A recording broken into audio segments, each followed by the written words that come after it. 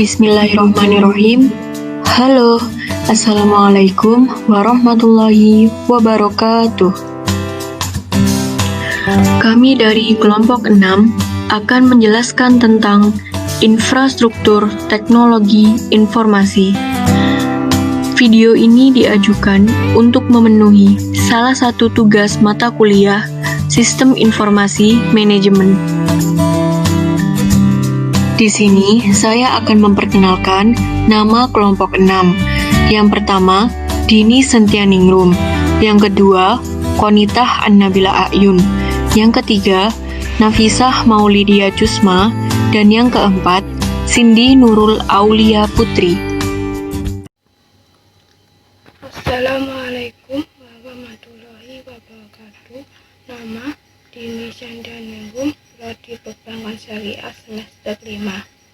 Saya di sini akan mempresentasikan tentang infrastruktur teknologi informasi kelompok 6. A. Definisi infrastruktur teknologi menurut para ahli. 1. Infrastruktur teknologi informasi menurut Gates 1988 merupakan sistem fisik yang menyediakan sarana drainase, pengairan, transportasi, bangunan, gedung, dan fasilitas publik lainnya. 2. Infrastruktur teknologi informasi menurut Kenneth 2007 adalah sumber daya teknologi bersama yang menyediakan platform yang spesifik perusahaan aplikasi sistem informasi. 3. Infrastruktur teknologi informasi menurut Laudy 2007. Infrastruktur teknologi informasi yang terdiri dari investasi perangkat keras, perangkat lunak, dan layanan seperti konsultasi pendidikan dan pelatihan. B. Definisi infrastruktur teknologi informasi. 1. Infrastruktur teknologi informasi merupakan prasarana penunjang utama sumber daya teknologi dalam terselenggaranya proses penyebaran informasi. 2. Infrastruktur teknologi informasi menyediakan sebuah platform untuk aplikasi sistem informasi perusahaan secara terperinci.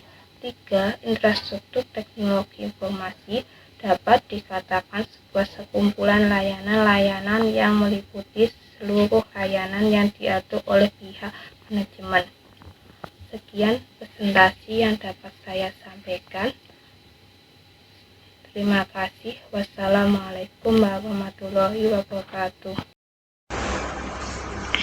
Bismillahirrahmanirrahim. Saya Konitah An-Nabila A'yun akan melanjutkan materi yang telah disampaikan oleh pemateri sebelumnya. Di sini saya akan membahas tentang bagaimana ruang lingkup infrastruktur teknologi informasi.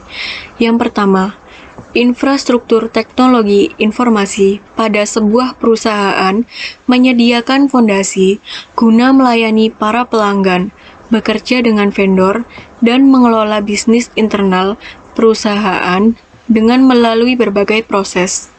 Kemudian yang kedua, infrastruktur teknologi informasi juga merupakan seperangkat layanan seluruh firma yang dianggarkan oleh manajemen yang terdiri dari kemampuan manusia dan juga teknis.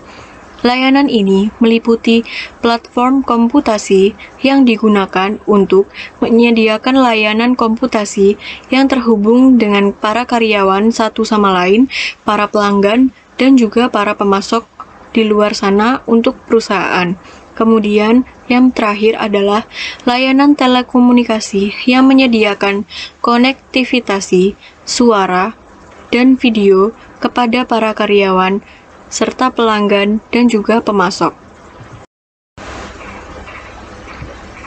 Di sini saya juga akan membahas tentang evolusi infrastruktur teknologi informasi. Apa sih evolusi itu? Evolusi ialah sebuah perubahan dengan melalui berbagai proses, mengikuti sebuah perkembangan zaman dan tempat. Mungkin pada waktu dulu belum ada teknologi, tetapi seiring jalannya waktu dan zaman, teknologi semakin berkembang pesat, sesuai dengan zaman yang telah hadir. Di sini ada era mainframe, pada tahun 1959 hingga sekarang. Namun, tak jarang ditemukan hanya sebagian kecil orang menggunakan era mainframe ini. Pada periode komputasi yang sangat terpusat, di bawah kontrol programmer profesional serta operator sistem, dengan sebagian besar infrastruktur yang disediakan oleh satu vendor produsen menggunakan perangkat keras dan perangkat lunak. Di sini, ia termasuk pada kategori komputer mini.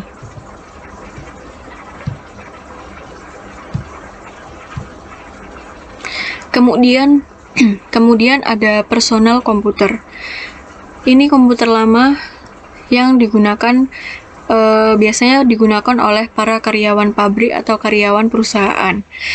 Pada era personal komputer ini, penampilan IBM PC pada tahun 1981 sampai sekarang biasanya dianggap sebagai awal era PC, karena mesin ini adalah yang pertama diadopsi secara luas oleh sebuah bisnis di Amerika. Pertama, menggunakan sistem operasi DOS, bahasa perintah, berbasis teks, dan kemudian ada sistem operasinya. Komputer ini termasuk komputer pribadi yang masih digunakan, mungkin sampai saat ini masih digunakan oleh banyak karyawan perusahaan untuk melakukan kegiatan kinerja mereka. Kemudian ada era klien atau server. Era klien atau server ini ada pada tahun 1983 hingga sampai saat ini. Klien adalah titik masuk pengguna, sedangkan server biasanya memproses dan menyimpan data bersama, menyajikan halaman web, atau mengelola sebagian aktivitas jaringan. Jaringan klien yang paling sederhana terdiri dari komputer klien yang terhubung pada komputer server dengan proses yang dibagi antara dua jenis mesin. Bismillahirrahmanirrahim. Assalamualaikum warahmatullahi wabarakatuh. Di sini saya sebagai Nafisa Maulidia Usma, salah satu anggota dari kelompok 6, ingin memaparkan secara sederhana beberapa materi terkait infrastruktur teknologi informasi atau infrastruktur IT. Ya, langsung saja kita masuk pada materinya yang sebelumnya telah dipaparkan oleh Konita. Saya akan melanjutkan pemaparan materi dari Konita, yaitu tentang evolusi infrastruktur teknologi informasi, yaitu pada era komputasi perusahaan. Pada era ini, infrastruktur IT yang dihasilkan menghubungkan berbagai perangkat keras komputer jaringan yang lebih kecil dalam jaringan seluruh perusahaan, sehingga informasi dapat mengalir dengan bebas di seluruh organisasi dan antara perusahaan dan organisasi lain. Maksudnya yaitu, pada era komputasi ini menghasilkan perangkat keras komputer yang mampu menghubungkan beberapa komputer ke dalam satu ruang lingkup jaringan, sehingga perusahaan atau organisasi dapat dengan mudah mengakses atau membagikan informasi baik ke dalam suatu perusahaan ke perusahaan lain maupun ke dalam organisasi satu dengan organisasi lain. Selanjutnya yaitu evolusi infrastruktur teknologi informasi pada era komputasi awan. Pada era ini, komputasi awan mengacu pada model komputasi yang menyediakan akses ke kumpulan bersama. Sumber daya komputasinya antara lain yaitu komputer, penyimpanan, aplikasi, dan layanan melalui jaringan yang seringkali disebut dengan internet. Jadi pada komputasi awan ini menyediakan akses ke kumpulan bersama. Maksudnya mampu menjadikan satu jaringan antara komputer, handphone, maupun laptop, sehingga antara handphone dan komputer mampu berbagi informasi maupun data. Jadi dalam komputasi awan ini tidak hanya antara komputer dengan komputer, tetapi juga antara komputer dan handphone maupun sebaliknya. Selanjutnya yaitu kita langsung masuk pada materi perkembangan teknologi informasi, yaitu tentu kita semua sudah tahu manfaat dari perkembangan teknologi informasi. Salah satunya yaitu mempermudah pertukaran informasi dan data dalam kehidupan sehari-hari. Perkembangan atau manfaat yang paling terlihat dalam penggunaan teknologi informasi yaitu mampu mengolah data menjadi informasi yang cepat, akurat, dan tentunya terjamin kualitasnya. Sehingga data yang dihasilkan mampu diuji keakuratan dan ketepatan dari teknologi informasi yang dihasilkan. Selanjutnya yaitu kita masuk pada komponen infrastruktur teknologi informasi. Yang pertama yaitu platform perangkat keras komputer. Pasar untuk perangkat keras komputer semakin terkonsentrasi di perusahaan top seperti IBM, HP, Dell, dan Sun Microsystems, dan ada 3 produsen chip, antara lain yaitu Intel, AMD, dan IBM. Platform sistem informasi pada saat ini beragam jenisnya, jadi jauh lebih besar daripada di masa lalu. Dengan sistem informasi baru tersebut, komputasi pada perangkat digital genggam atau yang sering kita sebut dengan handphone atau komputer yang terhubung dengan awan. Jadi seperti penjelasan sebelumnya, yaitu pada era komputasi awan, antara komputer dengan handphone saat ini bisa saling berhubungan untuk bertukar informasi atau data. Google Chrome operating system menyediakan sistem operasi ringan untuk komputasi awan menggunakan netbook. Program tersebut tidak disimpan di personal komputer, namun pengguna harus mengakses internet terlebih dahulu melalui browser web Chrome. Sekian penjelasan beberapa materi tentang infrastruktur teknologi dari saya. Kurang lebihnya mohon maaf. Semoga bermanfaat. Terima kasih. Assalamualaikum warahmatullahi wabarakatuh. Bismillahirrahmanirrahim. Assalamualaikum warahmatullahi wabarakatuh. Saya Cindy Nurul Aulia Putri. Di sini saya akan melanjutkan presentasi dari saudari Nafisa, yaitu bagian komponen infrastruktur teknologi informasi. Selanjutnya, aplikasi perangkat lunak perusahaan. Perangkat perusahaan terbesar penyedia perangkat lunak adalah SAP atau System Application and Data Product Data Processing. Ini ada di Paris, Prancis, dan Oracle. Ini ada di Amerika. Juga termasuk dalam kategori ini adalah perangkat lunak middleware. Middleware ini adalah penghubung atau perantara antara komponen atau perangkat lunak satu dengan yang lainnya yang disediakan oleh vendor. Vendor ini adalah pemasok atau penyedia perangkat lunak. Selanjutnya, jaringan atau platform telekomunikasi. Ini biasanya disediakan oleh perusahaan jasa telekomunikasi atau telepon. Contohnya seperti PT Telkom, terus ada operator-operator misalnya XL Axiata, Smartfren, Indosat, dan lain-lain, yang menawarkan konektivitas suara dan data, jaringan area luas, layanan nirkabel atau layanan tanpa kabel, dan akses internet. Selanjutnya ada konsultasi dan layanan integrasi sistem.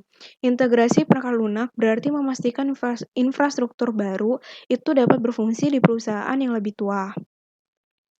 Selanjutnya ada manajemen penyimpanan data. Jaringan area penyimpanan atau SAN, Storage Area Network, itu menghubungkan beberapa perangkat penyimpanan secara terpisah dengan kecepatan yang tinggi. Pasar penyimpanan data fisik untuk sistem skala besar itu didominasi atau dipimpin oleh EMC Corporation, ini ada di Amerika, dan sejumlah kecil produsen hard disk PC atau laptop atau komputer, ini dipimpin atau didominasi oleh Seagate atau Western Digital. Terus selanjutnya yang terakhir ada platform internet. Alat dan rangkaian pengembangan aplikasi perangkat lunak web utama itu disediakan oleh Microsoft. Dan sejumlah pengembang perangkat lunak independen atau mandiri lainnya itu termasuk Adobe, Creative Suite, dan jaringan nyata. Next kita masuk ke teknologi jaringan telekomunikasi. Jaringan telekomunikasi adalah segenap perangkat telekomunikasi yang dapat menghubungkan antara pemakai satu dengan pemakai yang lain, antara informan satu dengan informan yang lainnya, itu dapat saling bertukar informasi dengan cara bicara, menulis, menggambarkan, atau mengetik dan lainnya, pada saat itu juga dengan kecepatan yang sangat tinggi. Ada 3 bagian utama jaringan telekomunikasi. Yang pertama perangkat transmisi. Ini tugasnya menyampaikan informasi dari satu tempat ke tempat yang lain. Selanjutnya ada perangkat penyambung atau switching. Ini tugasnya agar pemakai dapat menghubungi pemakai lain sesuai seperti yang diinginkan. Dan yang terakhir ada terminal. Ini tugasnya untuk merubah sinyal informasi asli, suara manusia atau lainnya, menjadi sinyal elektrik atau elektromagnetik atau cahaya. Terus selanjutnya ada ruang lingkup jaringan telekomunikasi. Yang pertama jenis jaringan, ini ada 5. Sebenarnya ada banyak, tapi ada 5 aja yang dibahas di sini. Yang pertama ada PEN, Personal Area Networks. Ini contohnya komputer dengan HP atau handphone, itu dihubungkan dengan Bluetooth. Terus contoh lainnya lagi ada komputer atau laptop dengan printer, itu dihubungkan dengan Bluetooth. Terus Local Area Network atau LAN. Ini lingkupnya lebih luas lagi, contohnya dalam lingkungan perusahaan itu karyawannya menggunakan komputer. Itu dihubungkan dengan Local Area Networks. Terus selanjutnya ada Campus Area Networks. Ini lingkupnya di lingkungan kampus, contohnya komputer yang ada di laboratorium komputer di sebuah kampus atau universitas. Dan yang selanjutnya ada Metropolitan Area Networks atau MIN. Ini lingkupnya jaringan antar kota, contohnya jaringan bank kota Surabaya dengan kota Malang misalnya. Terus selanjutnya ada Wide Area Networks, ini lebih luas lagi, lingkupnya bisa antar negara atau antar benua. Contohnya kabel fiber optics dan satelit. Terus selanjutnya ruang lingkupnya jaringan telekomunikasi, media transmisi, dan kecepatan transmisi. Ada bandwidth. Bandwidth ini adalah koneksi internet. Kecepatan transmisi ini bisa dilihat kalau di handphone itu ada yang namanya 0,0 kbps, kilobyte per second. Jadi bandwidth ini satuannya bps, bit per second. Kalau lagi jelek 0,0, kalau lagi bagus bisa sampai 10 hingga 20. Bahkan ada yang sampai 100 mbps atau megabyte per second. Selanjutnya ada keamanan sistem informasi. Apa sih keamanan sistem informasi itu? Keamanan sistem informasi itu gimana caranya kita bisa mencegah atau mendeteksi adanya penipuan atau serangan dari pengguna komputer atau pengakses jaringan yang tidak bertanggung jawab. Biasanya disebut dengan hacker ya. Ruang lingkup keamanan sistem informasi. Yang pertama, perangkat lunak berbahaya atau malware. Ada virus, ada worms atau cacing yang berbahaya, ada trojan kuda atau trojan horse, ada spyware, ada adware, ada bots, dan lain-lain. Banyak lagi. Selanjutnya ada hackers dan sniping. Sniping ini hampir sama kayak virus, tapi ini biasanya dilakukan oleh orang. Terus selanjutnya penolakan serangan layanan, ada kejahatan komputer, ada pencurian identitas, ada klik penipuan, ini biasanya pop iklan di web, terus ada ancaman global, terorisme cyber, dan perang cyber. Selanjutnya ada ancaman internal, yaitu karyawan. Di sini maksudnya karyawan itu bisa saja meretas informasi internal sebuah perusahaan. Ini biasanya karyawannya yang kurang baik ya. Terus yang terakhir ada kerentanan perangkat lunak. Kerentanan perangkat lunak ini karena program atau perangkat lunak itu tidak dilindungi.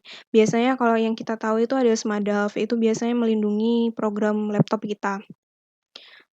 Aspek keamanan komputer ada 8, ada authentication. Autentikasi ini biasanya memastikan apakah informan itu yang login biasanya, login ke sebuah aplikasi itu apakah informan yang memiliki informasi itu atau bukan. Ada integrity, ini biasanya agar informasi itu tidak dapat dimodifikasi oleh orang yang tidak bertanggung jawab atau pihak yang tidak bertanggung jawab. Ada non-repudiation, ada authority, ini sama kayak integrity, ada confidentiality, ada privacy, ada availability. Ini informasi tidak akan ditunjukkan jika informan itu tidak membutuhkan. Jadi tidak mudah diretas atau tidak mudah dibobol. Terus ada access control. Ini biasanya harus menggunakan user ID atau password untuk masuk atau login ke sebuah aplikasi atau sistem. Sekian, terima kasih presentasi dari saya, Cindy Nurul Aulia Putri. Apabila ada kesalahan dan terlalu kecepatan, mohon maaf. Wabillahi taufiq wal hidayah. Wassalamualaikum warahmatullahi wabarakatuh. Ini adalah tim kami. Di sini ada Dini, Konita, Nafisa, dan Cindy. Terima kasih kalian telah melihat video dari kami. Sekian presentasi yang dapat kami sampaikan. Jazakumullahu khair. Semoga ilmu dari kami bermanfaat ya. Terima kasih juga untuk Ibu Fitri Nurlatifah, SEMESY. Sekian dari kami. Wassalamualaikum warahmatullahi wabarakatuh.